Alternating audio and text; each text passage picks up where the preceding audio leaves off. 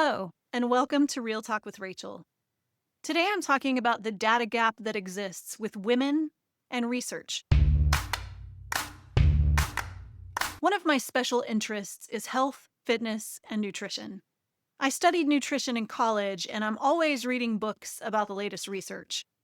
The problem is, that research doesn't often include women.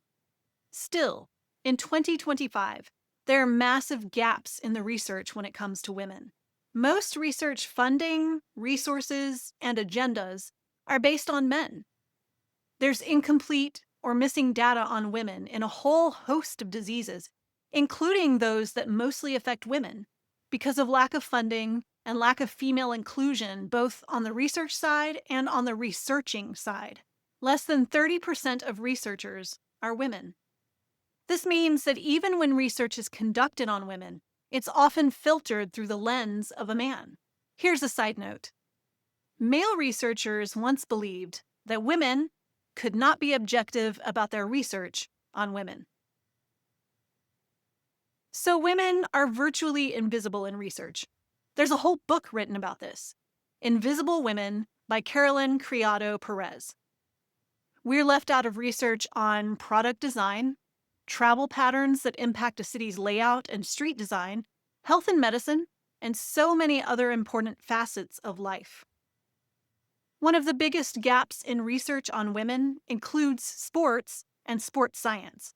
When I was an adolescent competitive runner, I knew nothing about how my changing body impacted my competitive running. Back then, there was no information about periods and what my hormonal cycle did to my training and performance. I was basically, for my entire adolescence, my teenage years, my young adult years, and even into my 30s, just sort of guessing what my body needed. Of course, I was consulting the research, but the research was not based on me. I started long-distance running about 10 years ago. I quickly hit a plateau about 2 years in. I was so tired all the time. I consulted books and articles. Nothing helped. Well, that's not surprising. The research was not based on women. The guidelines for nutrition and training were different for me because I'm not a man. I was shooting in the dark. And then I discovered the work of Dr. Stacy Sims. Her book, Roar, changed my life.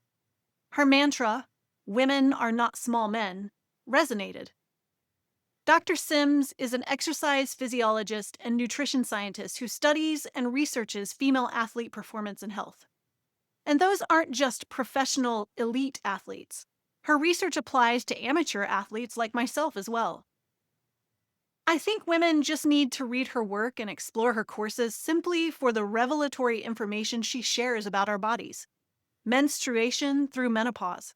She taught me how to understand my period and why I felt like I recovered so poorly from my runs during the high hormone stage of my cycle, which, if you don't know the terminology, is about a week before the period starts.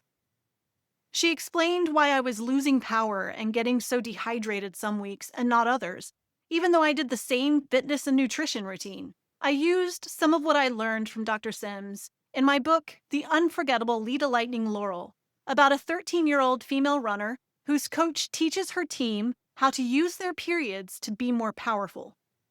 Lita's coach is the kind of coach I wish all female athletes had. Coaches who talk about periods and puberty and body changes throughout their lives. In the absence of that, girls and women have to seek out female-specific research with trailblazers like Dr. Sims and Megan Roche and Dr. Georgie Bruinvels. We have to seek more information about our bodies. Women-centric research is needed to close the healthcare data gap, as well as the sports and sports science data gap. And I will say this is absolutely true for transgender men and women too. We all deserve to know about our bodies. We all deserve to live our best lives. We all deserve to see ourselves reflected in relevant and important research. I hope that we can reach an inclusive place sooner rather than later, because there are lots of us out here waiting to know more about our unique bodies and the joys and challenges of living life as ourselves. Thanks for listening to my Real Talk. Be sure to subscribe to my channel for videos about books and writing, and more videos like this. And sign up for my newsletter at racheltolson.com for inspiration, book recommendations, news, and writing prompts. Stay strong, and see you next time.